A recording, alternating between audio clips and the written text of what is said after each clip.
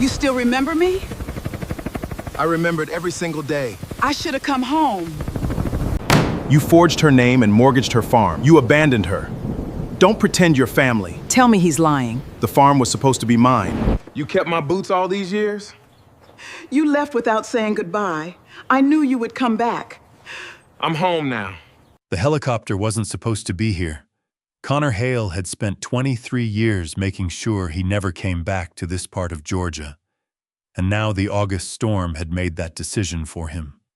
Below the shaking aircraft, through rain-smeared glass, a stretch of flat farmland, appeared pecan rows, a red barn, a white farmhouse with a low porch. And then he saw a woman moving slowly across the yard, one hand braced against the fence post, her white hair catching the wind. Connor's grip on the armrest tightened before his mind could catch up with what his body already knew. Welcome to today's story. If you enjoy emotional drama and shocking twists, don't forget to like this video and subscribe for more unforgettable stories. And before we begin, let me know where you're watching from in the comments. 23 years is a long time to avoid a place until the sky runs out of options. The pilot had given Connor two choices: land on the grass strip or ride out the storm at altitude for another 40 minutes while the front passed. The engine had already coughed once. Connor told him to land. The field between the pecan rows was just wide enough. The aircraft came down hard on one side, corrected and settled. Rain drummed against the fuselage. When the door opened, the smell of Georgia clay in August, wet iron and cut grass hit Connor so cleanly that he had to grip the doorframe for a second before stepping out. He had told himself many times that if he ever came back to this county, it would be on his own terms. It would be planned. He would know what he was going to say. He would not show up in a $12,000 suit with mud already beginning to climb his shoes, holding a briefcase full of contracts for a distribution center that had nothing to do with this farm. The yard was as he remembered it, except older. The white paint on the porch railing had gone gray in patches. A gutter sagged at the near corner of the house. 3 vegetable crates sat outside the barn door exposed to the rain because someone hadn't had time to bring them in before the storm rolled through. A bronze bell hung at the corner of the produce barn, tilted slightly to the left. Beside the fence sat an old water pump, its handle wrapped with a strip of faded cloth. Connor had replaced that cloth himself 23 years ago when the handle kept slipping in wet weather. He was still looking at the pump when the barn's side door opened. She stepped out slowly, not because she was uncertain of her footing, but because she moved the way people move when they have been doing hard work for 40 years and have learned that patience is faster than rushing. She wore a denim shirt with the sleeves rolled up. Her boots were red with Georgia clay. Her white hair was pulled back, loose strands lifting in the wind from the rotors. She was carrying a sorting tray, moving it from the barn toward the packing shed along the fence, and she had not yet looked up. Connor stood 20 feet away in the middle of the field where his helicopter had just landed. He could not move. He had prepared himself over the years for the possibility that he might eventually have to account for his disappearance. He had imagined a phone call, a letter, a visit arranged with enough advance notice that he could find the right words. He had not imagined this, her coming out of the barn door while he stood in the field with mud on his shoes and rain soaking his collar, no words prepared, nothing planned at all. She set the sorting tray down on the packing table near the fence, reached up to pull a loose strand of hair from her face. Then she looked at the helicopter. Her expression didn't change much. She looked at it the way you look at a piece of farm equipment that has ended up somewhere unexpected, taking stock of what it would take to deal with it. Then her gaze moved from the aircraft to the figure standing beside it in the field. She was quiet for a moment. Then she said, "Connor boy." Not a question. Not surprise exactly. Just recognition. The way you say the name of something you've been expecting for a very long time and are both relieved and tired to finally see arrive. Connor walked across the field. The clay pulled at his shoes with every step. He stopped 6 feet from her, the sorting table between them, and could not think of a single sentence he had rehearsed. Dorothy Vance looked at him the way she had always looked at everyone who came to her farm, with attention without performance. She was 73 now. The lines on her face had deepened. She was a little smaller than he remembered, or he was a little larger, and that narrowing of difference did something to his chest that he hadn't expected. She said, "You're soaked. Come inside." That was it. No speech, no accounting for 23 years. She turned and walked toward the porch, and after a moment, Connor followed her, picking up 2 of the vegetable crates near the barn door as he passed. Ray Daniels was the one who met him at the porch steps. Ray was 67, built like someone who had been loading trucks since before Connor was born. He'd been working this farm for 14 years. Connor knew that from the brief research he'd done on Dorothy's land when he was considering expanding his distribution network into this part of the state. He had seen the property come up in a county land record search and recognized the name, and he had closed the screen and not done anything about it. That was 2 years ago. Ray looked at Connor the way you look at someone when you know more about their story than they think you do. He nodded, took one of the crates, and held the porch door open without a word. Inside, Connor set the crate down on the kitchen floor. The kitchen was the same wooden table, the same window above the sink looking out toward the pecan grove, the same hooks on the wall beside the door where Earl Vance's rain jacket had hung for 30 years. A stack of envelopes sat on the hallway table just past the kitchen door. Thick envelopes, all the same size, all unopened. Connor noticed them without meaning to. It was the kind of thing you noticed when you'd spent 20 years watching for the small signs that something in a logistics chain was about to break. He looked at them. Then he looked up and saw Dorothy watching him look at them. "Glenn handles all that now," she said. Her voice was even. "He comes by twice a month." She moved past him toward the stove. Connor picked up the top envelope. It was from a bank. He didn't read the full return address before he saw the word printed in bold red on the outer label, "Foreclosure Notice Time Sensitive." He set it back on the table face down and followed Dorothy into the kitchen. From the porch behind him, Ray Daniels watched the hallway for a moment. Then he went back to work. Dorothy made supper the same way she made everything else, without announcing it, without asking for help, and without leaving room for argument. She put corn green beans and a piece of pork shoulder on the table, along with a pitcher of sweet tea, and set 3 places without asking whether Connor or the pilot would be staying. The pilot had already retreated to the aircraft with a thermos and a weather app.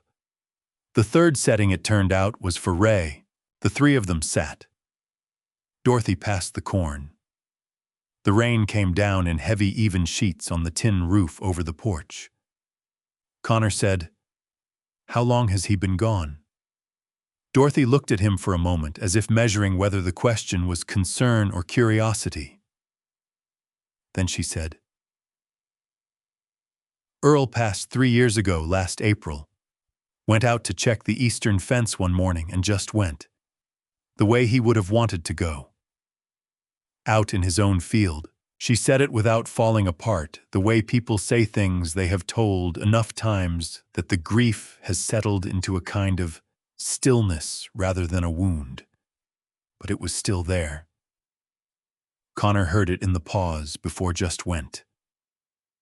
"I'm sorry," he said. "He lived a good life."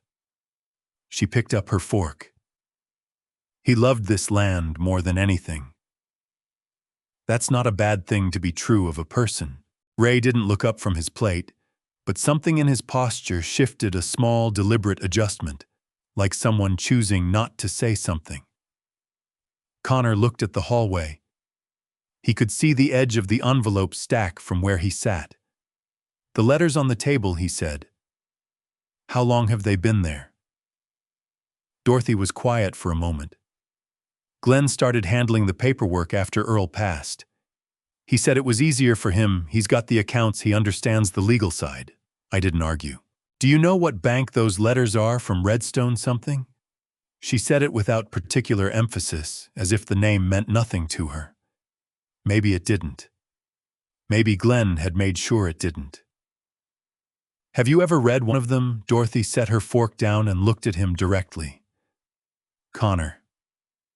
I've been running this farm since before you were born, and I've run it without making a fuss of every piece of mail that comes through that door.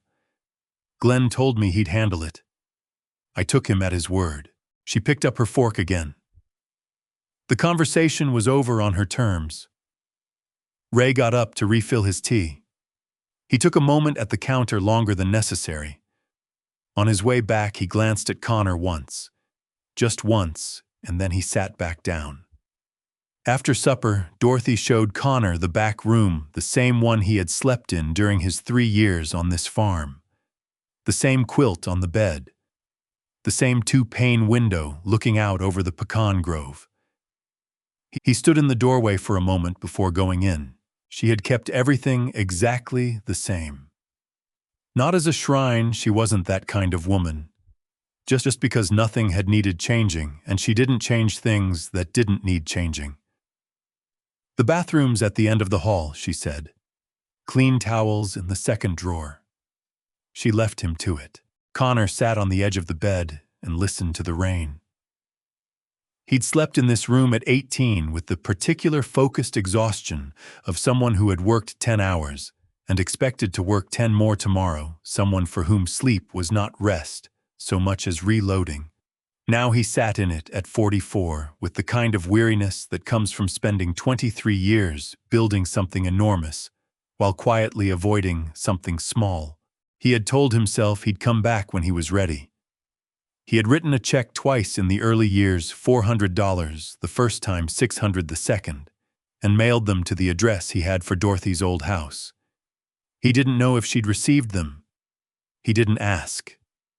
He kept moving. When he had searched the county property records 2 years ago and seen her name tied to the Vance farm parcel, he had closed the browser window in under 30 seconds.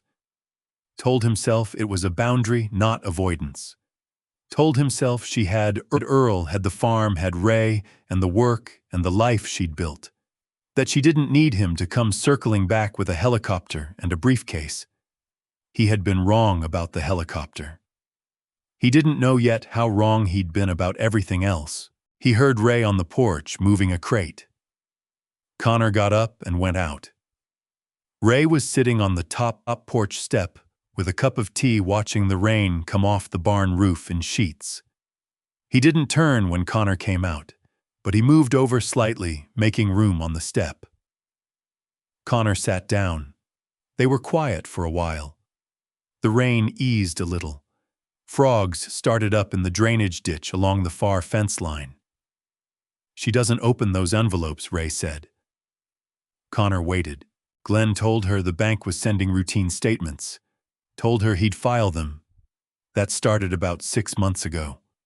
Ray turned his teacup in both hands. Before that, they came to the house direct and she read them herself. Then Glenn said he'd set up a system more organized, he said. Since then, I've never seen her open one. How many have come, Ray thought for a moment. 1 a month, sometimes 2. All from the same place. Redstone Financial. Ray looked at him surprised. Then, yeah. That's right. What do you know about them? Nothing good. Ray paused. There was a surveyor out here 6 months back. Glenn said it was insurance assessment. I don't know what surveyor does insurance assessment at 7 in the morning on a Tuesday. The rain picked up again. Connor looked at the barn at the produce crates still sitting near the door. He'd moved 2 earlier. There were 5 more. Why didn't you say something to Dorothy? I did. Once. Ray's voice didn't change. She told me Glenn was family and she trusted him and that I shouldn't borrow trouble. So I stopped saying it. He paused again. That was 8 months ago. Connor stood up and went back inside. He walked past the kitchen, past Dorothy's room to the hallway table. He picked up the envelope stack and counted them under the low hallway light.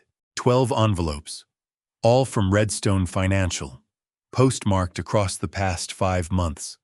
All unopened, all stacked in order, all waiting for someone who had been told not to worry about them. He set them back carefully, exactly as he'd found them, and went to bed. He did not sleep for a long time. Connor was up before 5. He pulled on the clothes he'd had in his overnight bag, he always kept one, and went out to help Ray with the morning sorting before Dorothy was awake. The barn was already lit. Ray had the first flat of tomatoes on the sorting table and was moving through them with practiced efficiency, pulling the ripe ones to the left, the underripe to the right. Connor picked up where the left-hand pile ended and started loading the carry crates without being asked. They worked side by side for 20 minutes before Ray spoke. "You're still good at not dropping them," Ray said. "I spent a summer learning how. Dorothy doesn't forget bruised tomatoes. She doesn't." Ray moved to the next flat. "She remembers everything that happens on this farm." The morning light came up slowly through the gaps in the barn wall. Outside the field was still dark in places, the pecan rows casting long shadows across the wet clay. "I need you to tell me what you know," Connor said. Ray kept sorting. "I already told you most of it." "What didn't you tell me?" A pause. Ray set a tomato down carefully. 3 weeks ago, Glenn brought 2 men with him. One had a surveyor's kit tripod sighting scope. The other was in a suit and carried a portfolio. They walked the south fence line and the road easement. Glenn told Dorothy they were from the county doing a property line verification. County assessors don't wear suits and carry portfolios. No, they don't. Connor thought for a moment. Was there any paperwork? Nothing. She signed in front of me. But 2 days later, Glenn came back alone and she signed something at the kitchen table. He called it a Ray paused, searching. A refinancing form. For the farm account. She signed it. She trusted him. Ray said it without judgment. Just as a fact, and a sad one. She always trusted Earl's family. Connor picked up a carry crate and moved it to the pallet near the barn door. He went back and stood at the sorting table thinking. "I need to make a call," he said. "I'm going out to the equipment shed. Don't mention it." Ray looked at him steadily. "I haven't mentioned anything about you to Glenn in 3 months. I'm not starting now." Connor found a signal in the equipment shed, 1 bar, but enough. He called his assistant and asked for a property search on the Vance Farm parcel, Harlow County, Georgia. Standard chain of title, any amendments or encumbrances filed in the past 5 years, and any LLC registrations in the county with Vance in the name. He had 30 minutes before Dorothy started breakfast. He used them to look through the open wooden cabinet on the far wall, the one Samuel-style farms always kept for spare parts and equipment manuals. The bottom shelf held maintenance files, planting records, and what looked like old tax documents bundled with rubber bands. Behind the last bundle, shoved to the back of the shelf, was a single loose piece of paper that had clearly fallen from somewhere and never been filed back. It had been there long enough to gather a fine layer of dust on one corner. Connor pulled it out. It was a partial page, the second page of a 2-page document, judging by the section numbering. The header was cut off where the page break fell, but the body text was readable. It referenced a loan account, a property description matching this farm, and a balance figure, $380,000. The lender listed was Redstone Financial Group. At the bottom was a section marked Borrower S, with 2 names typed below it, Glenn A. Vance and V. Roth, doing business as Vance Farm Properties, LLC. Not Dorothy. Not Dorothy's name anywhere on the page. Connor heard a car on the gravel drive. He folded the partial page and put it in his inside jacket pocket. He was back in the house before Glenn Vance got out of his car. Glenn was 51, built with the careful bulk of someone who spent money on gym memberships and tailored shirts. He had Earl's nose and Earl's broad forehead, but where Earl's face had been open, Glenn's was composed in a way that worked too hard at looking relaxed. He carried a manila folder under one arm.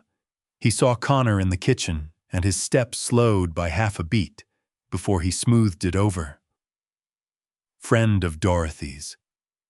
He extended a hand, smiling. The smile was practiced. Old friend. Connor shook it. Connor Hale.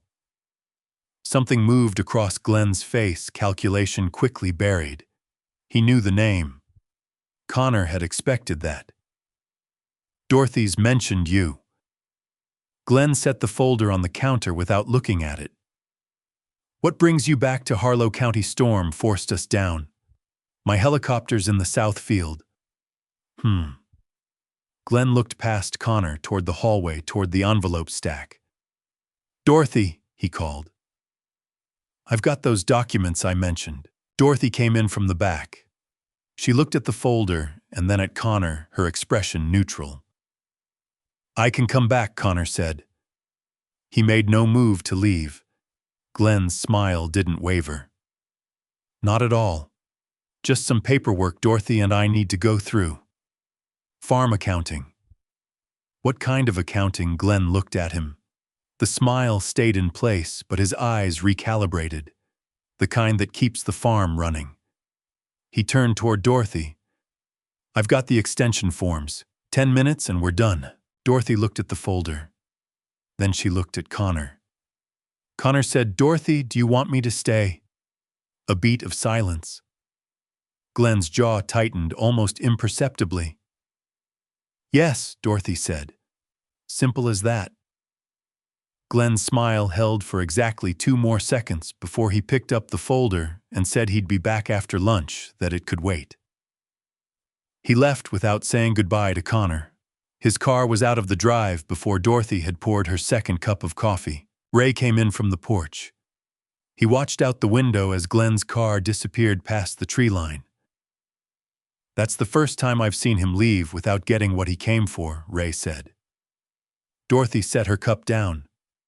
He'll come back. Yes, Connor said. He will. His assistant called back at 11.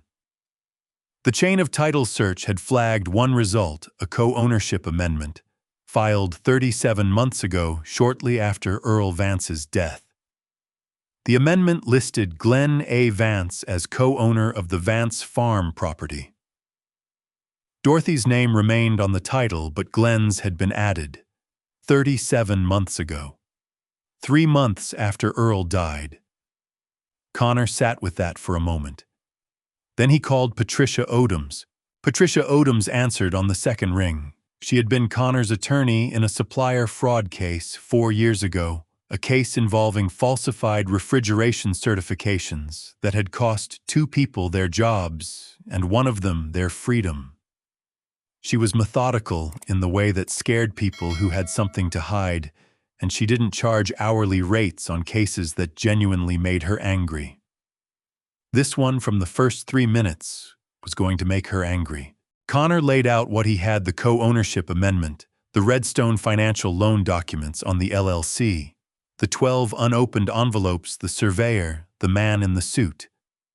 He described the paper he'd found in the equipment shed, the partial second page, referencing a $380,000 balance, and read her the exact wording. Patricia was quiet for a moment after he finished. Then she said, How long has Dorothy lived on this farm since she married Earl? 31 years. And the co-ownership amendment was filed how many months after his death? 3. Another pause. I need 48 hours. I'm going to pull the county records, the LLC registration, and whatever I can find on Redstone Financial. Don't let anyone sign anything. Glenn's already been here once this morning with a folder. What was in it he left before I found out. Good. Keep it that way. A keyboard started clicking. Connor. This sounds like elder financial exploitation. If the LLC was created specifically to borrow against an asset Glenn doesn't actually own or doesn't legitimately own, that's fraud. The foreclosure filing, if it's real and active, is a separate track, but it's connected. What do I need to do right now? Stay on that farm. Don't let Glenn near any paperwork. And find out everything you can about what Ray has seen. She paused. You said he'd been watching for a while. 14 months. Get it on paper. Written, signed, dated. Connor went back to the equipment shed. Ray was replacing a fan belt on the sorting machine, working by feel more than by sight. Connor sat on the workbench and told him Patricia needed a written account. Everything Ray had observed in order with dates where he could remember them. Ray set the fan belt down. Like a statement, Ray said. Like a statement. Ray was quiet for a moment. He picked up a rag and wiped his hands, slowly thinking. Glenn told Dorothy last fall that some of her farm hands had been complaining about my management of the shift schedule. He said I was getting confused, mixing up the days. Ray's voice was flat. Nobody said anything like that to me. I've been running this crew the same way for 8 years. He was laying groundwork, Connor said. In case you ever said anything, I figured. Ray didn't look pleased about having figured it. I started writing things down after that. Nothing formal, just dates and what I saw in the Notes app on my phone. Connor looked at him. 14 months of entries, Ray said. I can print them. He did. There was a small printer in the house office that Dorothy used for her planting records and delivery schedules. 14 months of brief, dated notes. Glenn arriving with documents. The surveyor and the suited man. Glenn retrieving the mail before Dorothy could reach it. Glenn telling Dorothy that Ray was probably confused after Ray raised a concern about the late produce shipment. The date Glenn had mentioned refinancing for the first time, and the date Dorothy had signed something at the kitchen table. Connor read every line. Then he folded the sheets and called Patricia back. He read her the key entries. She was quiet for a moment after the last one. Then he's been setting this up for at least a year, maybe longer. The mail interception is significant. It establishes that he was deliberately concealing the financial notices from Dorothy. Can we stop the foreclosure? Not instantly.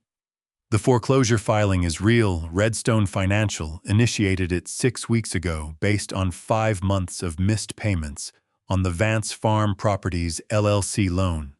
To contest it, I need to challenge the legitimacy of the co-ownership that allowed Glenn to borrow against the farm. That takes a court filing. How long? Days to file, weeks for a hearing. But I can request an emergency motion to freeze asset transfer. If the judge grants it, the farm can't be sold or transferred while the case is pending. Do it. I'll need Dorothy's authorization. I'll get it. Connor went and found Dorothy in the house office, updating the delivery ledger with the week's sorting count. She looked up when he came in. He had been on this farm for 18 hours. She had not asked him once why he was still there. He had not yet told her why he was staying. He pulled a chair over and sat across from her. He said as simply as he could, "There is an active foreclosure on the farm. Someone filed it 6 weeks ago. It's connected to a loan taken in Glenn's name using the farm as collateral. I have an attorney who can challenge this, but she needs your authorization to act on your behalf." Dorothy listened. She did not interrupt. When he finished, she was quiet for a long moment. She looked at the delivery ledger still open in front of her. She looked at the window. She looked at her hands. Then she said, "Glenn told me the amendment was what Earl wanted, to make sure the estate was in order if something happened to me. He said Earl had asked him before he died." Her voice was even. It did not waver. but something in her eyes had gone very still. "I signed it," she said. 3 months after Earl passed. "I wasn't." She stopped. "I wasn't reading things carefully. I trusted him." She closed the delivery ledger and set it aside. "What do I need to sign?" she said. That evening, after Patricia had what she needed, Connor found the partial document he'd taken from the equipment shelf and set it on the kitchen table in front of Dorothy. She picked it up and read it not quickly, but thoroughly, the way she read everything when she was reading it properly. She set it down. She looked at the wall above the stove for a moment. Then she got up, walked to the back hallway, and returned with Earl's Bible. She opened the back cover. Inside, tucked against the binding, was a folded letter, handwritten 2 pages, the ink slightly faded at the corners. She put it on the table between them. "Earl wrote this," she said, "4 weeks before he died. I found it when I was cleaning out his nightstand. I put it in there because I didn't know what to do with it yet. I kept meaning to read it properly." She hadn't read it. She was telling him that plainly, without embarrassment. She had lost her husband, and the letter had gone into the Bible, and the Bible had stayed on the shelf, and she had managed the grief the way she managed everything else, by keeping going. Connor picked up the letter and read it. Earl's handwriting was deliberate, each letter formed with care. He wrote that he had been thinking about Glenn, about what Glenn would do when Earl was gone, about what Earl had seen in Glenn that he had not told Dorothy because he had not wanted to create a war in the family. He said he had hired a second attorney, a man named Harold Sewell, to hold a revised will and specific written instructions. He said Harold had the authority to act on Dorothy's behalf if the original estate documents were ever challenged. He wrote that he had tried to call Harold once more before he finished the letter, and would try again. And then, "If Glenn ever comes to you with paperwork about the farm, Dorothy, please call Harold before you sign anything. His number is on the inside back cover. Don't sign without him." Connor looked at the inside back cover. A phone number was written there in Earl's hand. He turned to the last paragraph of the letter. Earl had written, "I know you took care of a lot of people who had nowhere else to go. I know you never asked for much in return. This farm is yours. Whatever happens after I'm gone, that is still true. The farm is yours." Connor set the letter down carefully. Dorothy was watching him. "Did Glenn ever tell you about Harold Sewell?" Connor asked. "No," Dorothy said. "I've never heard that name." Connor picked up his phone and dialed the number from the inside back cover.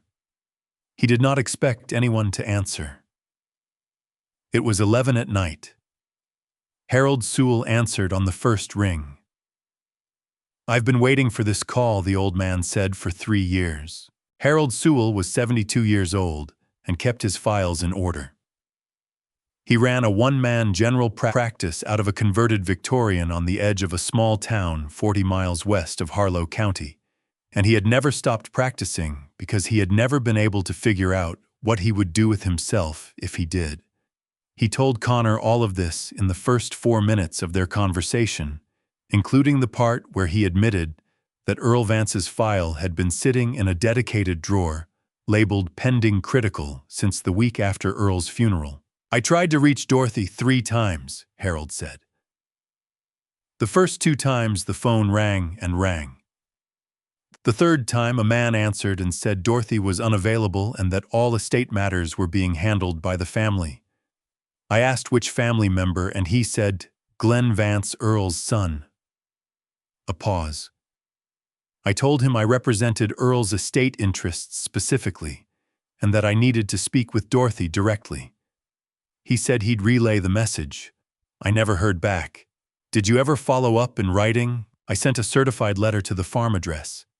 It came back marked, unable to deliver, addressee unknown." Harold's voice was careful, carrying the weight of something he'd been unable to resolve. I tried the county courthouse to see if probate had been filed, and found that a probate record existed, but it didn't match what Earl had asked me to hold. So I held it. And I waited. The original will was what Harold had. Signed, witnessed by two parties, notarized, dated 8 months before Earl's death. It left the farm in its entirety to Dorothy Vance.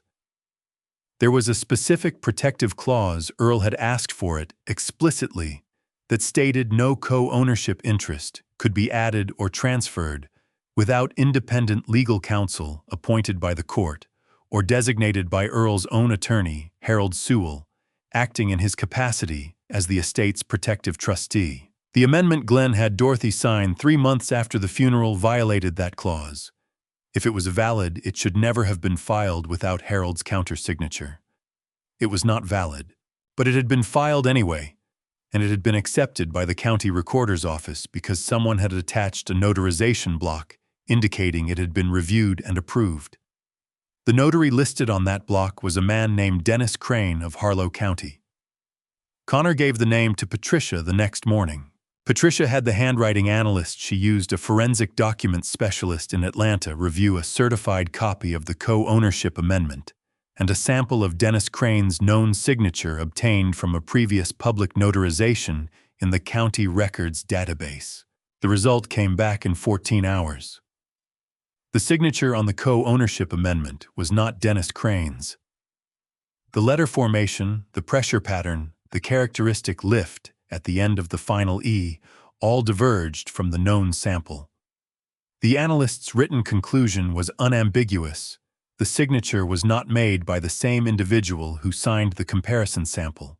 Patricia submitted the analysis to the court, along with the emergency motion to freeze asset transfer. The motion argued that the co-ownership amendment was potentially fraudulent, that the foreclosure proceedings initiated by Redstone Financial rested on a fraudulent co-ownership claim, and that any asset transfer resulting from those proceedings would cause irreversible harm to Dorothy Vance pending full legal review. The motion was granted the same afternoon. No transfer of Vance farm property could proceed until the court ruled. Connor told Dorothy that evening. She was on the porch working through a delivery order by hand, pen, and paper the way she'd always done it. She listened to what he said without setting the pen down. When he finished, she said, "So the farm is safe for now. For now." And the man Glenn said was the notary, his signature was wrong. That's what the analyst found. Dorothy put her pen down and looked at the pecan grove. The sun was going down behind the western row. The light on the leaves was the kind of deep amber that only happened in August when the storm had just passed and washed the dust out of the air. "Glenn never believed Earl chose me," she said. "When we got married, Glenn sat across from me at the rehearsal dinner and told me very politely that the farm had been in the Vance family for 2 generations and that he expected it would stay in the family." She paused. "I thought he meant well. I thought that was grief coming out sideways. Maybe it was at the start, and then Earl was gone and he saw an opportunity." She said it simply. "He thought I was old enough and grieving enough that he could move quickly, and I wouldn't understand what he'd done until it was too late." She picked up the pen again and looked at her delivery list. He was nearly right. Connor went back inside. Ray was in the kitchen making coffee, and he set a cup down in front of Connor without being asked. "Did you find what you were looking for?" Ray said. "Most of it." Connor wrapped both hands around the cup. "There's one more thing Patricia needs. The name Vera Roth keeps appearing in the LLC documents as a co-principal. Do you know her?" Ray thought for a moment. "Woman with short dark hair. Comes by with Glenn sometimes. He calls her a business consultant. She may have been the one who forged the notary signature." Ray absorbed that. She was the one who explained the amendment to Dorothy. Glenn asked her to walk Dorothy through the paperwork. She sat at the kitchen table for 20 minutes going over it line by line. Did she show Dorothy any credentials, notary stamp, legal ID? Nothing. just a clipboard and a pen. Connor called Patricia with the detail. Patricia said she would depose Vera Roth if it came to a hearing. She said, "We're building a very tight case. The weak point is timing. Glenn knows the motion has been filed. He knows the fraud is being examined. He's going to move. What's his next option?" Patricia was quiet for a moment. If he can't sell the property, he might try to control the person. An emergency guardianship petition would give him legal authority over Dorothy's affairs, including the farm, if he can convince a judge that she lacks the capacity to manage her own interests. He'd have to prove she's incompetent. He'd have to make a credible argument. Elderly woman recently widowed farm under financial pressure evidence she signed documents she didn't understand. A pause. He doesn't need to prove it conclusively in an emergency petition. He just needs to raise enough doubt for a judge to appoint a temporary guardian while the case is evaluated. Connor thought about Dorothy on the porch, going through her delivery list by hand. The amber light on the pecans, her voice saying he was nearly right, without a trace of self-pity. "He's going to try it," Connor said. Probably Patricia said. "Prepare her." Connor went back to the porch. Dorothy had finished the delivery list and was sitting with her hands in her lap watching the last light go off the grove. He sat down beside her. "There's something else you should know," he said. She looked at him. Her eyes in the low light were very steady. "Glenn still has one option," he said. "If he can't sell the farm, he might try to have a court appoint him as your legal guardian. That would give him control of your assets." A pause. "He'd have to claim I'm not capable of managing my own affairs," she said. "Yes." Another pause, longer this time. A single pecan dropped from the nearest tree and hit the tin roof of the porch extension with a clean, sharp sound. Dorothy said he'd be wrong. He'd know that, Connor said. He'd be hoping a judge wouldn't. Dorothy stood up and picked up the delivery list. She folded it and tucked it into her shirt pocket. "Then we'd better make sure the judge does," she said, and went inside. Connor stayed on the porch. His phone buzzed. It was Patricia. "Glenn filed an emergency guardianship petition 2 hours ago," she said. "The hearing is set for 6 days from now." Patricia arrived at the farm the next morning in a white sedan with a document bag in one hand and a coffee thermos in the other. She was taller than Connor had pictured her on the phone, or perhaps it was the way she carried herself with the particular straightness of someone who had spent a long career walking into rooms where people were not glad to see her. Dorothy met her at the porch door and offered her coffee. Patricia thanked her and set down her own. They sat at the kitchen table, Dorothy, Connor, Patricia, and Patricia laid out what the guardianship petition meant. She was careful but direct. Dorothy deserved directness. "If the petition is granted, Glenn would be appointed as your legal conservator," Patricia said. "He would have authority over your finances, your healthcare decisions, and your property, including the farm. And the farm sale would proceed under his authority?" "Yes." Dorothy folded her hands on the table. "What does he need to prove?" "He doesn't need to prove incapacity outright in an emergency petition. He needs to demonstrate a credible basis for concern that you may lack the judgment to manage your own affairs.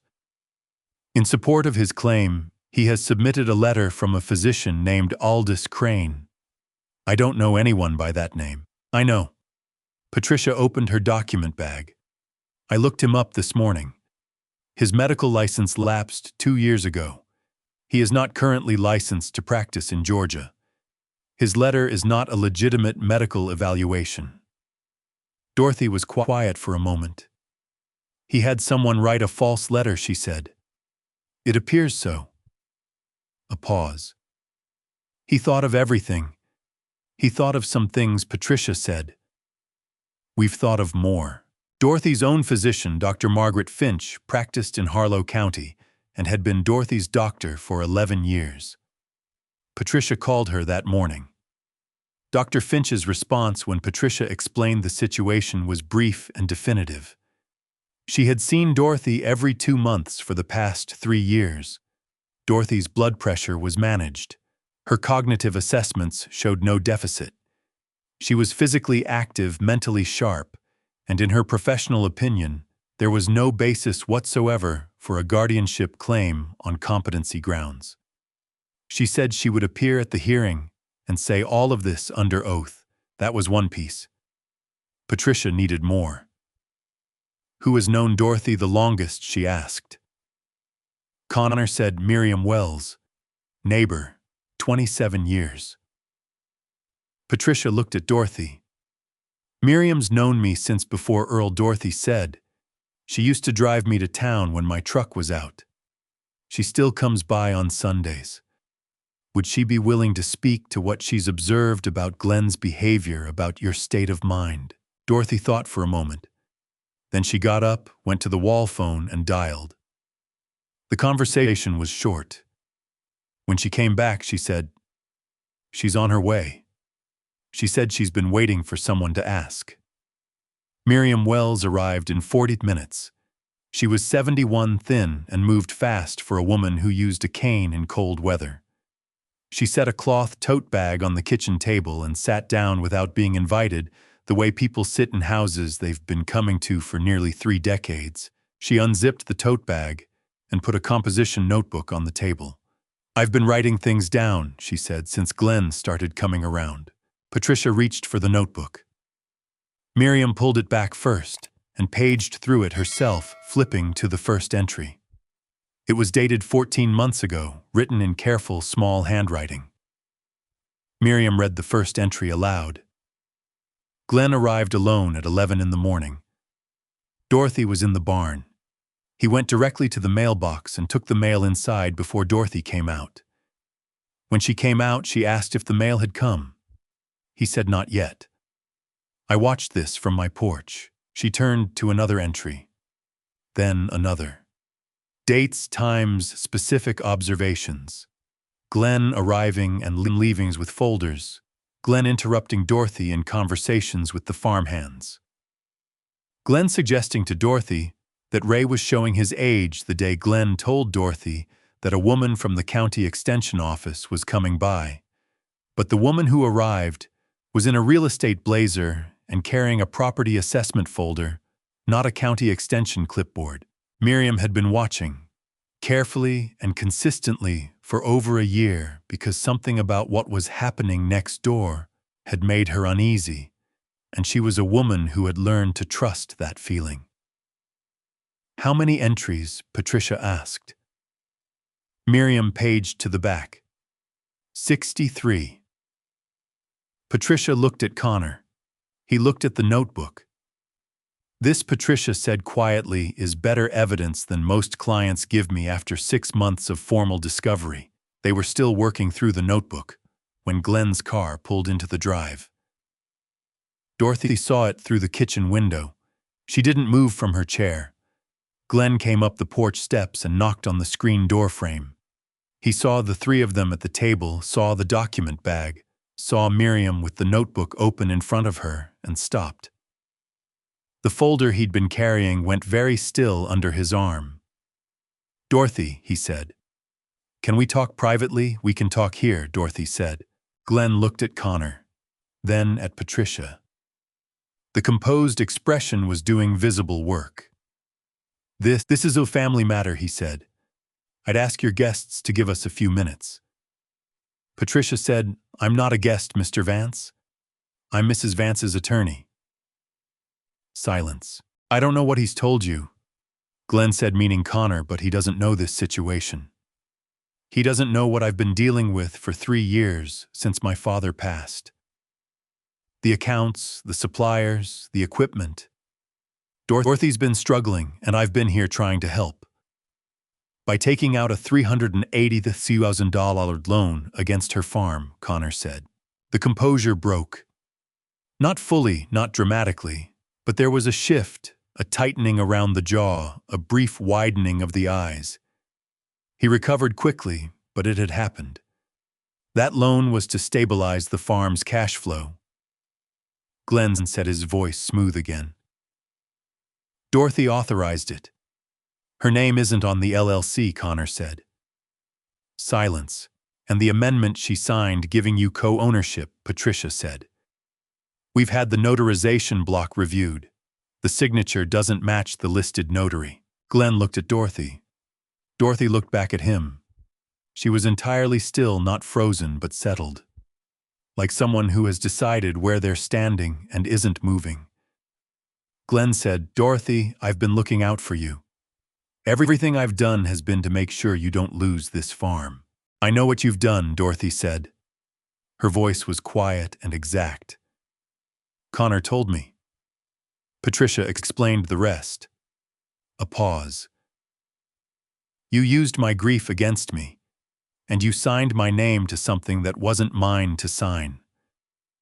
The room was very still. Glenn's jaw worked once.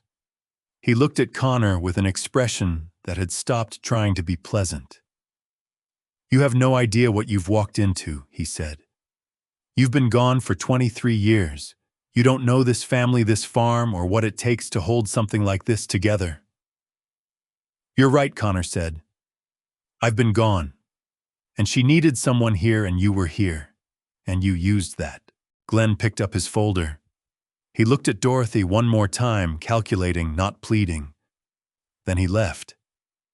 They heard his car back out of the gravel and accelerate on the road toward town. Miriam closed her notebook and set it squarely on the table.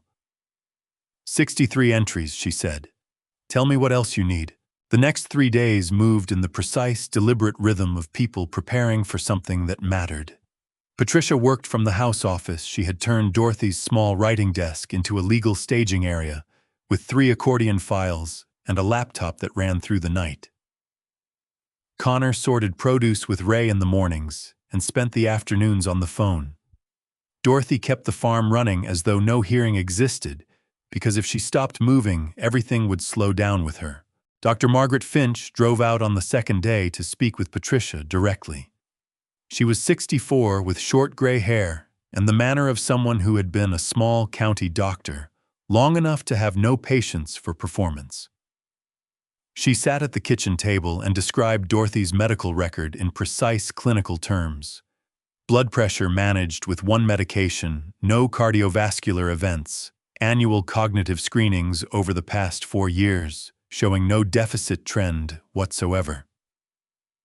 Her mini mental status scores were consistently in the normal range. Her recall was excellent. Her judgment was intact. I'll say all of this in court, Dr. Finch said. I've been Dorothy's physician for 11 years. If Glenn Vance has a letter from someone claiming otherwise, I'd like to know who trained him. Patricia pulled up the registration records she'd found for Dr. Aldous Crane. She turned the laptop toward Dr. Finch. Dr. Finch looked at the screen, then looked up. His license lapsed 2 years ago. He hasn't had admitting privileges at any hospital in this state for longer than that. She paused. He could not have performed a legitimate cognitive evaluation. He cannot legally sign a medical certification in Georgia. That's what I needed confirmed, Patricia said. Patricia spent the 3rd morning calling Harold Sewell. The old attorney drove himself to the farm on the 4th day, with the original will in a document box and a set of phone records. 3 call attempts to the farm, dated in the 3 weeks following Earl's death, each logged with the time and the outcome. Harold was 72 and moved slowly, and read everything in front of him with a magnifying glass, but his memory was clear and his documentation was meticulous. He spread the original will across Dorothy's kitchen table and walked her through it section by section. The protective clause was on page 3, item 6, a full paragraph, specifying that no co-ownership interest could be added, removed, or transferred without the counter-signature of Harold Sewell, acting as protective trustee or a court-appointed independent legal counsel. Earl asked for this clause specifically, Harold said.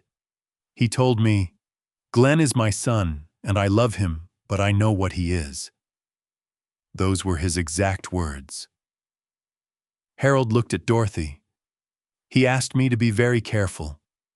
He said Dorothy had given a good life to a lot of people who needed one, and she deserved to have someone make sure that was protected. Dorothy looked at the will for a long moment. He never told me any of this, she said. He didn't want to alarm you, Harold said. He thought the clause would handle it quietly, without anyone having to know there was a concern. He didn't anticipate that Glenn would intercept my calls. The handwriting analyst's formal report arrived by courier on the 4th afternoon. It was 40 pages with comparison photographs and measurement data, but the conclusion section was a single paragraph. The signature on the co-ownership amendment attributed to Dennis Crane, Notary Public of Harlow County, Georgia, was not made by Dennis Crane. The analyst identified 11 specific divergent characteristics and assessed with high confidence that the signature was produced by a different individual using a copied or traced version of Crane's general signature style. The notarization on the co-ownership amendment was fraudulent. Patricia filed the report with the court. She also filed Harold Sewell's original will, the phone records showing his 3 attempted calls to the farm, and an expert declaration regarding the legal effect of the protective clause, specifically that the co-ownership amendment, having been executed without Harold's countersignature, had no valid legal standing from the moment it was filed. That left the Redstone financial loan and the foreclosure filing. The loan itself is real, Patricia told Connor on the 4th evening. Glenn borrowed $380,000 against this property. Redstone has a claim. But the claim rests on Glenn's co-ownership, and if the co-ownership is fraudulent, the loan may not have been legitimately secured. I've filed a parallel motion arguing that Redstone's foreclosure proceeding is premature, pending the co-ownership determination. Can that work? It depends on the judge. Redstone will fight it. They'll argue that even if Glenn's authority was questionable, they acted in good faith on filed county records. That's a real argument. She paused. But it's a civil proceeding. We can contest it. And if Glenn is criminally charged for elder financial exploitation, a civil settlement becomes much more achievable. Connor looked at the window. The last of the evening light was on the pecan grove. In 2 days they would all be in a courthouse. He said, "What's the strongest thing we have?" Patricia thought for a moment. Dorothy herself. She knows what happened, she can describe it clearly, and she is demonstrably, unambiguously not what Glenn's petition claims she is. A pause. If Judge Talbot asks her a direct question, and Dorothy answers it the way she answers everything exactly, it's over. She'll answer it that way. I know. Patricia closed the accordion file. That's why we're going to be okay. On the 5th day, Connor went looking for something to do with his hands and ended up in the equipment shed. He replaced a cracked coupling on the irrigation line, tightened the loose hinge on the barn's south door, and cleaned and oiled the sorting machine's conveyor track. He did all of it slowly, without hurrying the way Samuel Bennett had once taught him to work on a machine one piece at a time. No steps skipped. Put each thing back exactly where it came from.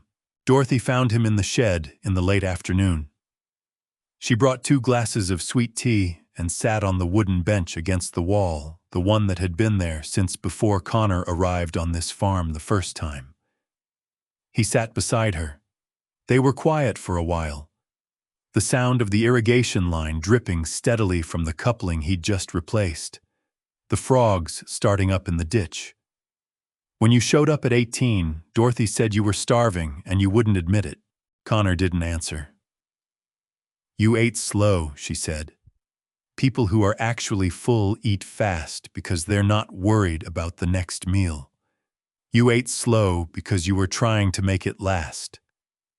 He looked at his hands. I knew, she said. I didn't say anything because I could see you needed to keep your pride. But I knew. She sipped her tea. I always fed you a little more than I fed anyone else. I just made sure you didn't notice. He hadn't noticed. He had thought she was forgetful with portion sizes. You gave me 3 years, he said. A roof and work and enough money to get to Atlanta. That's not... He stopped. I should have come back. I should have called. You were building something. Her voice was matter-of-fact, not reproachful. You had to go fast or it wouldn't happen. I knew that too. That's not an excuse. No, she said. But it's a reason. There's a difference. He looked at the back shelf along the far wall. There was old equipment stacked there, a spare irrigation head, a hand pump with a cracked handle, several lengths of chain. And on the shelf below, pushed to the back corner, partially hidden by a folded tarp, his work boots, the ones he'd left behind. Brown leather steel towed the left one with a small repair along the seam, where he'd caught a fence staple and torn the leather 23 years ago. He stared at them. Why did you keep them? He said. Dorothy looked at them too. Because you left without saying goodbye. I kept them so there'd be a reason to come back. He sat with that for a long time. Then she stood up, took both glasses and went back to the house. Connor stayed in the shed until it was dark. Then he went in, washed up, and ate supper with Dorothy and Ray and Miriam, who had come by again with the notebook, and stayed because no one had asked her to leave. In the morning, they would go to court. Glenn arrived at the farm 2 hours before they were supposed to leave for the courthouse. Connor heard his car on the gravel from the kitchen and looked through the window. Glenn sat in the driver's seat for a full minute before getting out. That small hesitation told Connor more than anything Glenn had said in the past 5 days. Dorothy was at the kitchen table finishing her coffee. She was dressed in a pale blue dress, the one Miriam had told Connor she wore to Earl's church every Sunday morning. Her hair was pinned back. She looked exactly as she always looked, which was to say she looked like someone who had been keeping this farm running for 3 decades and had no intention of stopping. Ray was by the door, his good jacket on over his work pants. He'd asked carefully if he could come along. Patricia had told him he was a character witness, and she needed him there anyway. Glenn knocked on the screen door. Dorothy didn't move from her chair. It's open, she said. He came in. He looked at the 3 of them, at Connor standing by the counter, at Miriam sitting beside Dorothy with the notebook on her lap, at Ray by the door in his good jacket, and seemed to understand that whatever he'd come to accomplish was already over. But he tried anyway. Dorothy, he said, I want to talk to you before we do this. You can talk, she said. He ignored Connor and focused on her. I know things have gotten complicated. I know how this looks. He set his hands on the back of a chair, not sitting, positioning himself above the table rather than at it. But everything I did to protect this farm. The loan was to keep it from going under. The amendment was what made the loan possible. And the guardianship petition, Dorothy said, a pause. That was a precaution. I got worried about you. You're managing all of this on your own, and it's a lot, and I wanted to make sure you had support. You wanted to be able to sign my name, Dorothy said. Glenn's hands tightened on the chair back. That's not fair. It's accurate, Patricia said from the hallway. She came into the kitchen with her document bag over one shoulder. She was dressed for court. Mr. Vance, your attorney, has already filed a motion this morning to withdraw the petition. I'm not sure if you were aware of that. Glenn went still. What? Your attorney withdrew the petition at 9 this morning. Patricia checked her phone. My office received notice at 9:12. The withdrawal note cited insufficient evidentiary basis to proceed. It looks like he reviewed the evidence package we filed and decided not to stand behind the claim. She looked at Glenn. You're welcome to stay and discuss it with him. Or you could let us get to court. Glenn looked at Dorothy. Whatever composure remained in his face had gone thin. He said, Dorothy, I'm Earl's son. This is Earl's farm. You can't really think this is my farm, Dorothy said. Earl left it to me. You knew that, and you decided it wasn't the right answer. She stood up from the table and picked up her purse from the counter. I have a hearing to attend, she said. You can see yourself out. She walked to the porch door and held it open. After a moment, Glenn walked through it. The Harlow County Courthouse was a brick building from the 1960s with a parking lot that needed resurfacing and a small garden of marigolds along the front walk tended by the Clerks Association. Judge Renee Talbot presided over probate and family matters in courtroom 2. She was in her late 50s, gray-haired, and had a reputation Patricia had briefed Connor for not enjoying her time wasted. Glenn was already in the room when they arrived, seated at the respondent's table with an attorney Connor didn't recognize. The fact that his own attorney had withdrawn suggested Glenn had scrambled to find a replacement. The new one was younger, with a briefcase that looked like it had been packed in a hurry. Patricia settled at the petitioner's table. The hearing had been filed against Dorothy, making Dorothy the respondent and Glenn the petitioner, though Patricia had reframed this in her filings at every opportunity as a case of elder financial exploitation brought before the court. The terminology mattered. The hearing began.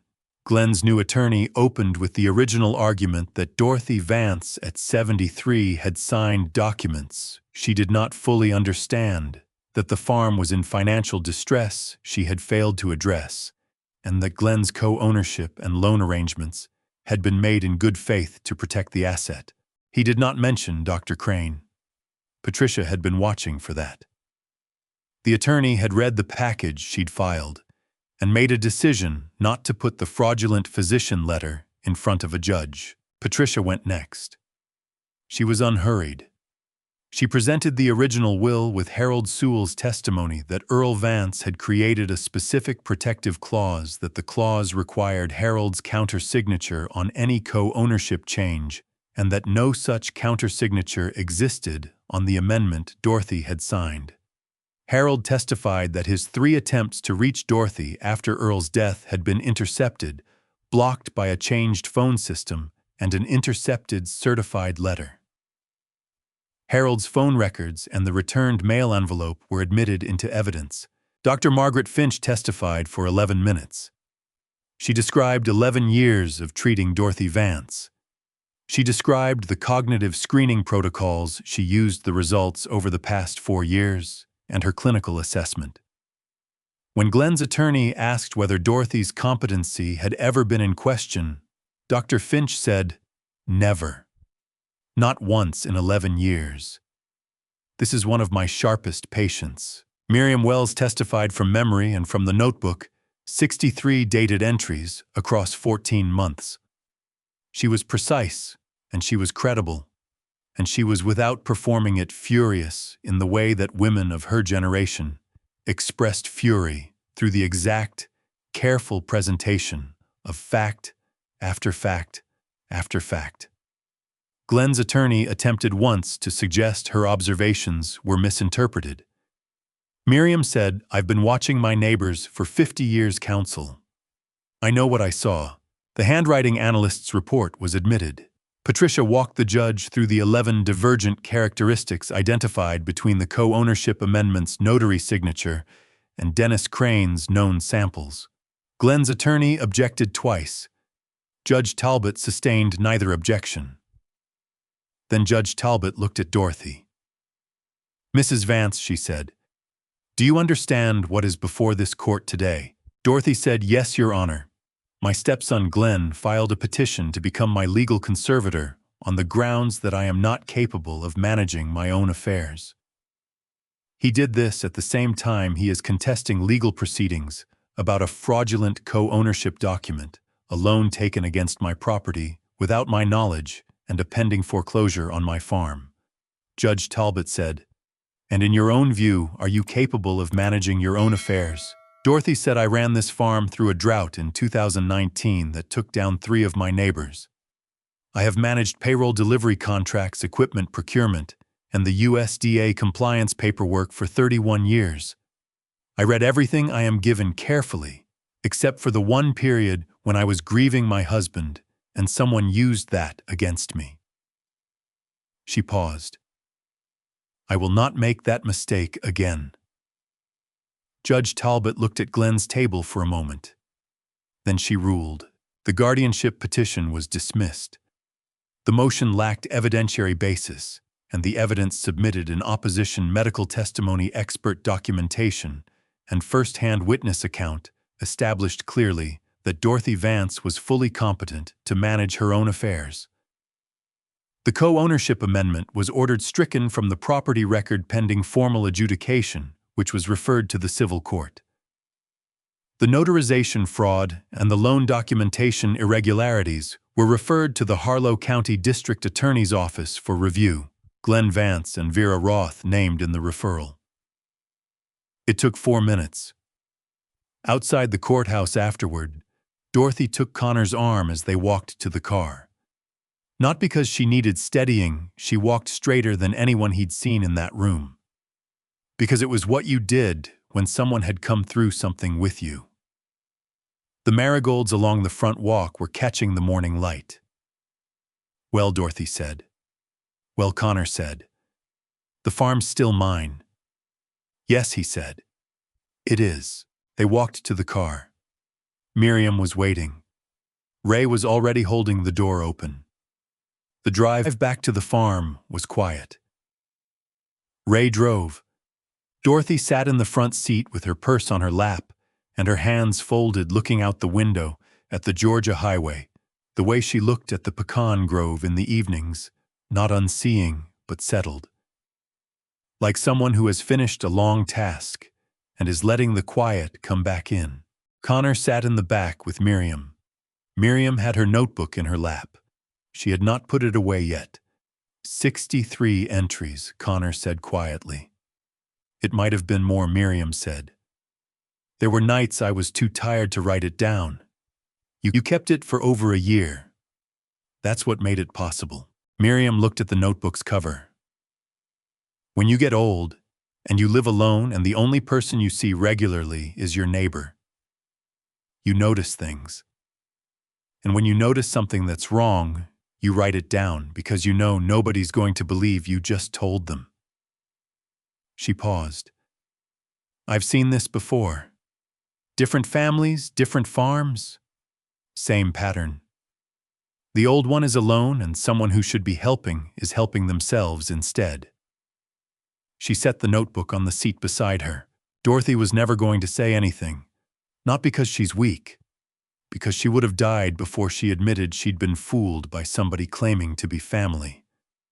Connor looked at Dorothy's profile through the seat gap. Dorothy was watching the road, calm already somewhere ahead of this day. He understood what Miriam meant. He had done his own version of the same thing. He'd been so committed to the idea of returning on his own terms, arrived and ready, that he'd spent 23 years arriving nowhere. It had taken a storm and a forced landing to put him here. The farm appeared on the left side of the road. Ray turned in. The gravel crunched. The bronze bell caught the afternoon light. They had supper, all 4 of them, and Patricia, who stayed to brief them on next steps before the 2-hour drive back to Atlanta. She sat at the table with her coffee and her notes and explained what would happen now. The guardianship petition was dismissed and would not be refiled. Glenn's position was too legally precarious for any competent attorney to build a second case on the same grounds. The co-ownership amendment was being stricken from the county record, which meant the fraudulent document would be formally removed and Dorothy would be listed as sole owner. The criminal referral was in the DA's hands. Patricia estimated Glenn and Vera Roth would be contacted within the week. The Redstone financial situation was more complex. Redstone holds a real loan document, Patricia said. They made that loan in good faith, or so they'll argue, based on the filed co-ownership, which was on record at the time. The invalidation of the co-ownership doesn't automatically erase the loan. We need a civil proceeding to establish that Glenn lacked the legal authority to pledge the farm, which makes the loan unenforceable as a secured instrument. How long will that take? Dorothy asked. Weeks to months. I've already filed the preliminary motion. I'm asking the court to rule that since the co-ownership was fraudulent and violated the protective clause in the original will, Glenn never had lawful authority to use this property as collateral. If the judge agrees, Redstone loses its secured interest, and their foreclosure proceeding collapses. Dorothy processed this, and if they don't agree, we'll appeal. Patricia was direct. But I think we'll prevail. The chain of fraud is documented. And the fact that Harold Sewell's protective clause was specifically designed to prevent this kind of unauthorized encumbrance works in our favor. She gathered her files. I'll call you tomorrow morning. Get some rest. She left. Ray walked her to her car. The sound of the engine faded down the road. Dorothy washed the supper dishes. Connor dried. They worked without talking the way they had always worked, without the need to fill the silence with anything. When the dishes were done, Dorothy said, "He never thought I'd find someone to help me." Connor put the last plate on the stack. He thought the only people who'd care what happened to this farm were people who wanted something from it, she said. He thought everyone worked that way. Not everyone, Connor said. She dried her hands on the dish towel. No, not everyone. She folded the towel over the oven handle. That's what I was trying to teach all those years. That some people do things because they're the right things to do. She looked at him. You needed to see that when you were 18. I'm glad you remembered it. The phone rang at 7 the next morning. It was Patricia. The Harlow County DA's office had contacted Glenn Vance at 6:30. He had retained a criminal defense attorney. Vera Roth reached at her home address, had reportedly started cooperating within the first 20 minutes of the initial interview. Her cooperation, Patricia said, would likely accelerate the criminal case significantly. That same morning, a registered letter arrived from Stonecrest Partners, the developer Glenn had signed the conditional purchase agreement with. The letter withdrew from the agreement on the basis that the title conditions could not be satisfied. They had done their own legal review. The conditional sale was void. Connor read the letter and then walked it out to the porch and told Dorothy what it said. She took the letter. She read it once. Then she folded it and held it in her hands for a moment before handing it back. Put that with Patricia's files, she said. He did. So that afternoon, Connor drove to the county courthouse on his own and pulled the full property record, the original deed, the now stricken amendment, Harold's protective clause, the foreclosure filing. He sat in the records room for an hour, reading through everything, start to finish. The way Samuel Bennett had taught him to learn a machine, take it all apart before you put it back together. The full picture was clear. Glenn had begun planning this within months of his father's death. The amendment had been prepared before the ink was dry on Earl's probate. The LLC had been registered the same week. The loan application had been filed 2 months later. Every step had been sequential, deliberate, and covered in enough legal language to look routine to anyone who wasn't reading carefully. He had counted on Dorothy not reading carefully. He had been nearly right. Connor drove back to the farm and told Ray everything. Ray listened without interrupting, leaning against the equipment shed door with his arms folded. When Connor finished, Ray said she was reading carefully. She just trusted the person explaining it to her. Yes, that's not her failing. That's his crime. Connor looked at the pecan grove. The late afternoon light was doing the same thing it had done the evening he arrived. Turning the leaves amber along the west, facing side deep shadow on the east. He had been here 9 days, He had not boarded a helicopter. "We need to talk about the farm's future," he said. "Not just getting through this, but what happens next." Ray nodded. "I've been thinking about that." "So have I." The plan took shape over 2 days. Connor had built a company from nothing, and he had learned slowly over 20 years, through several expensive mistakes, that the difference between a system that worked and one that didn't was usually not money. It was structure. Who was responsible for what, and whether they had the authority that matched the responsibility. Dorothy's farm had 2 problems: the immediate legal threat, which Patricia was handling, and the underlying operational fragility that had made the farm vulnerable in the first place. A single elderly owner, no succession plan, aging equipment, and a cold storage situation that forced early morning deliveries to beat the Georgia heat.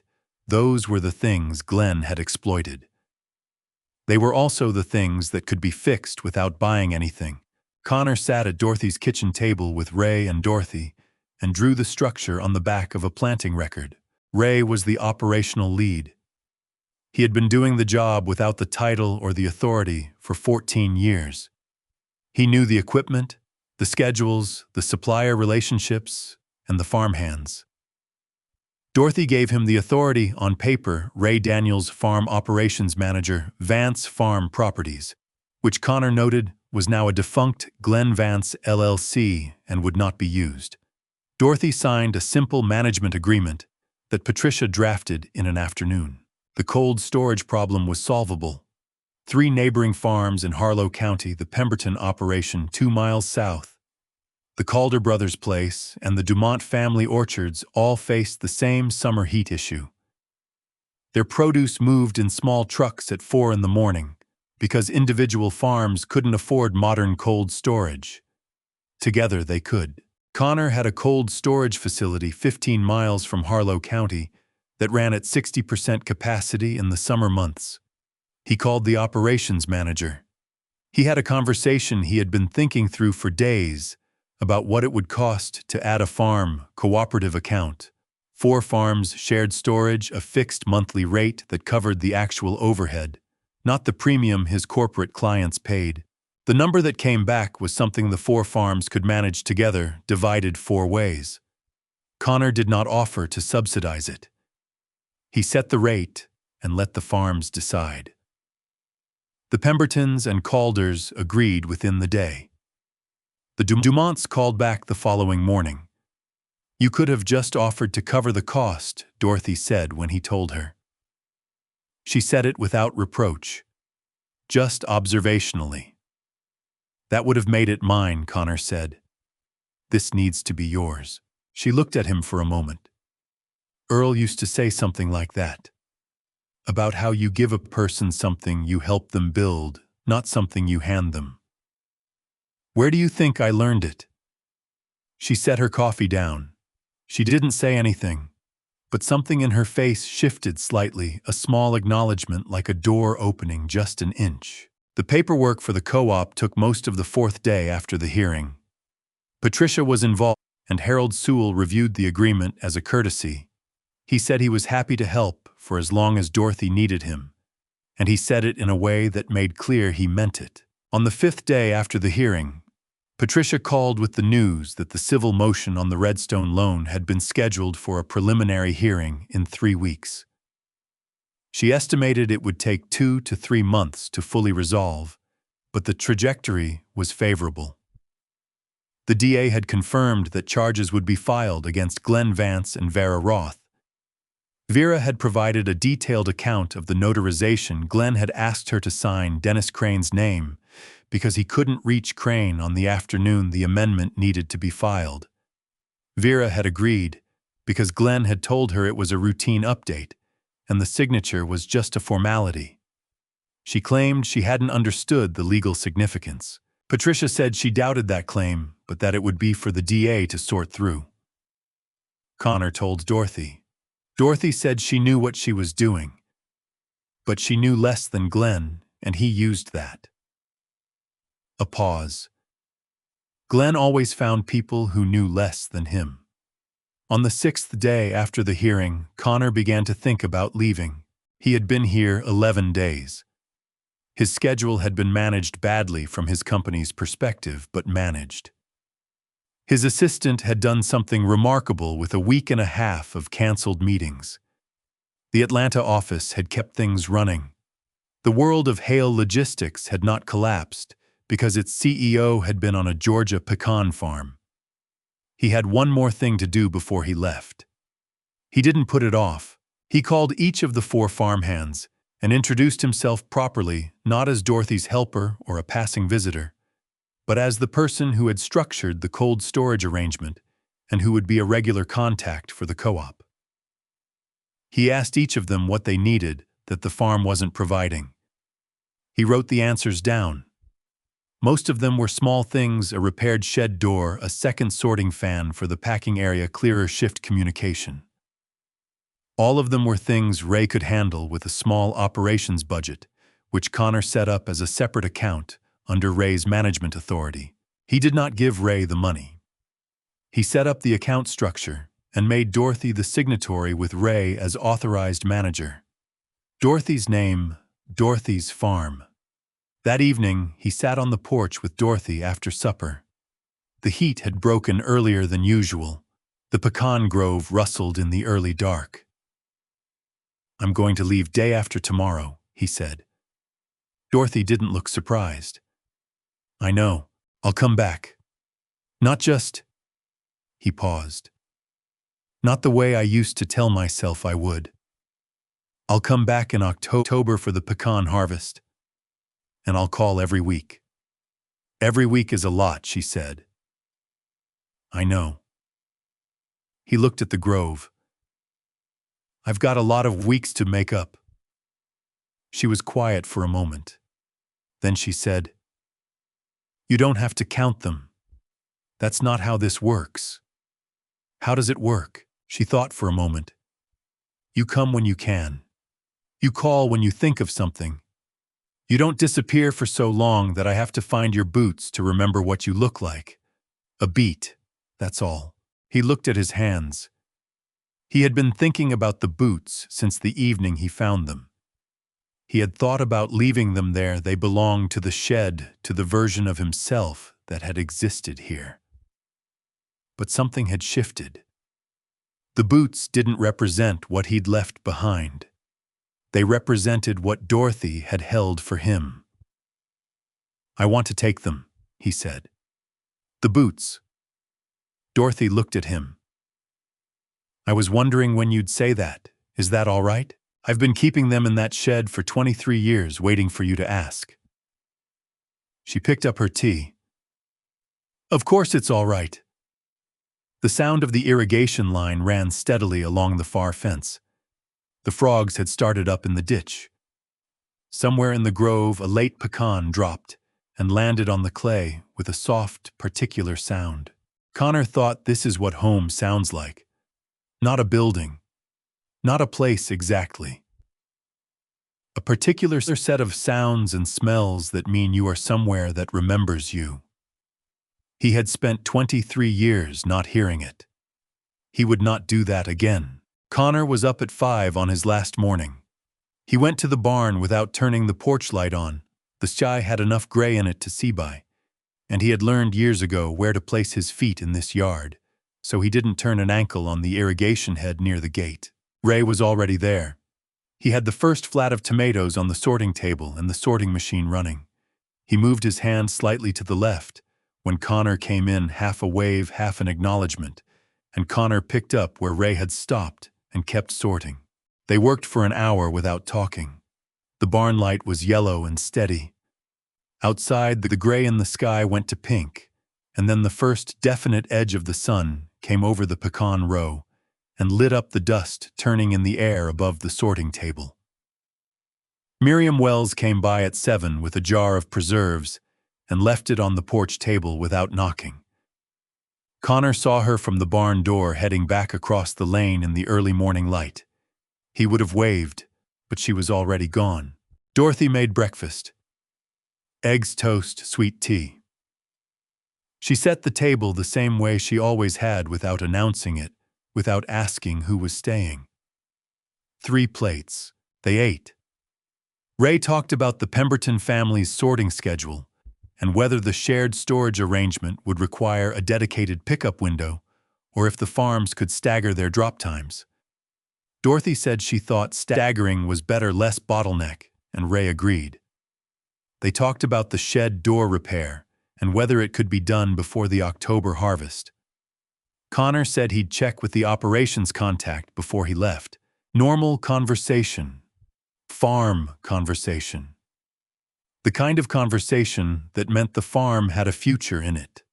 After breakfast, Connor helped Dorothy carry the morning's sorted flats to the staging area by the barn. He did it without being asked, and she let him without making it a thing. That had always been the rhythm of this place work, without performance, help, without ceremony. He went to the equipment shed one last time. The boots were where he'd found them on the back shelf, pushed into the corner behind the tarp. He pulled them out carefully. They were worn at the heels, and the steel toe on the left boot caught the light where the leather had scuffed thin. The repair he'd made along the left seam with baling twine at 17 was still there, rough and functional, holding the way things held when they were done right. Dorothy had oiled them. Not recently, but at some point the leather had that specific preserved quality that meant someone had cared for them over years, not just once. He sat on the wooden bench and held them for a moment.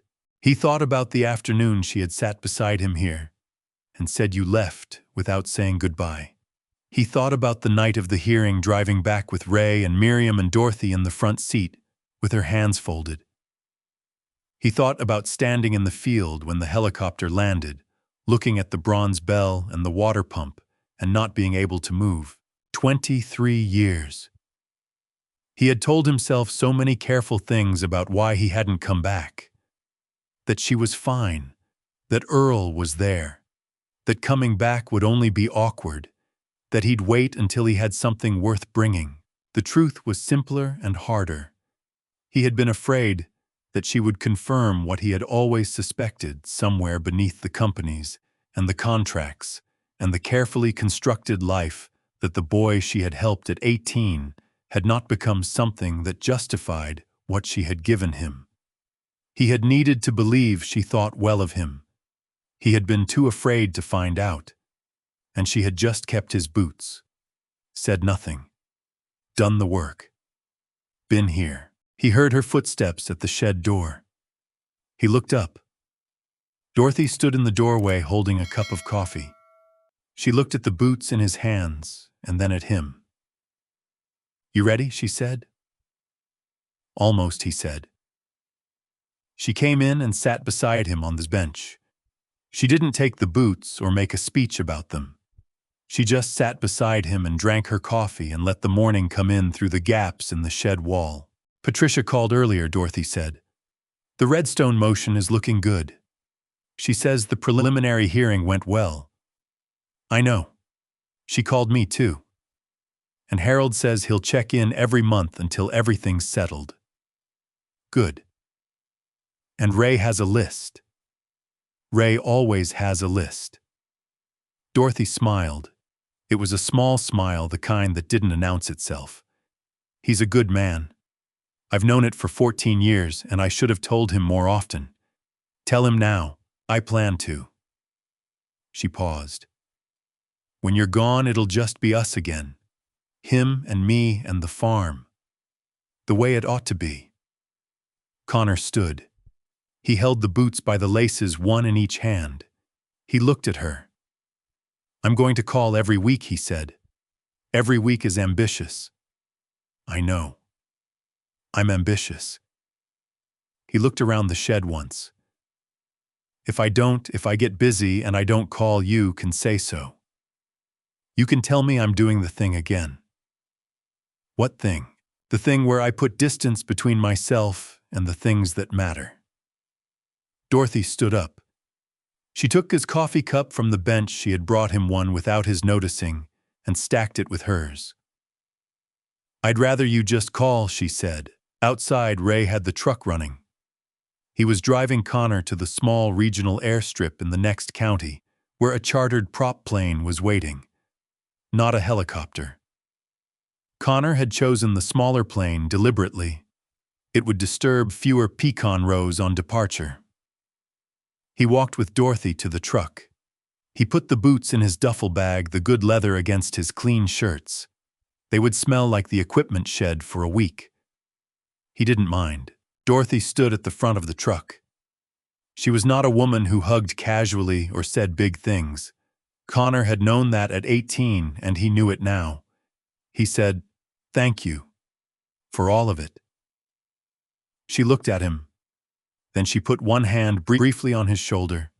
Not a grip, not a squeeze, just contact, deliberate and sufficient, and took it away. "Don't wait 23 years next time," she said. Ray pulled out of the drive. Connor looked back through the rear window. Dorothy was already walking toward the barn. Her denim shirt, her boots red with clay, her white hair catching the early light. Moving with the particular purposeful pace of someone who has work to do and time to do it. The farm fell away behind them on the county road. Pecan rows on both sides, the clay still dark from the August storm that had started all of this. Connor kept the boots on his lap the whole drive to the airstrip. The prop plane was small and loud, and it climbed steeply in the morning air. Connor sat behind the pilot and watched Harlow County spread out below fields and tree lines, and the county road running south, and somewhere in the pecan rows, the flat stretch of land where a helicopter had come down in a storm and changed his plans for the rest of his life. He could see the farm for longer than he expected. The red barn, the white house, the sorting table outside. Two figures moving in the early light. Dorothy and Ray already at work, the farm running the way it had run for 31 years under the person who had always owned it.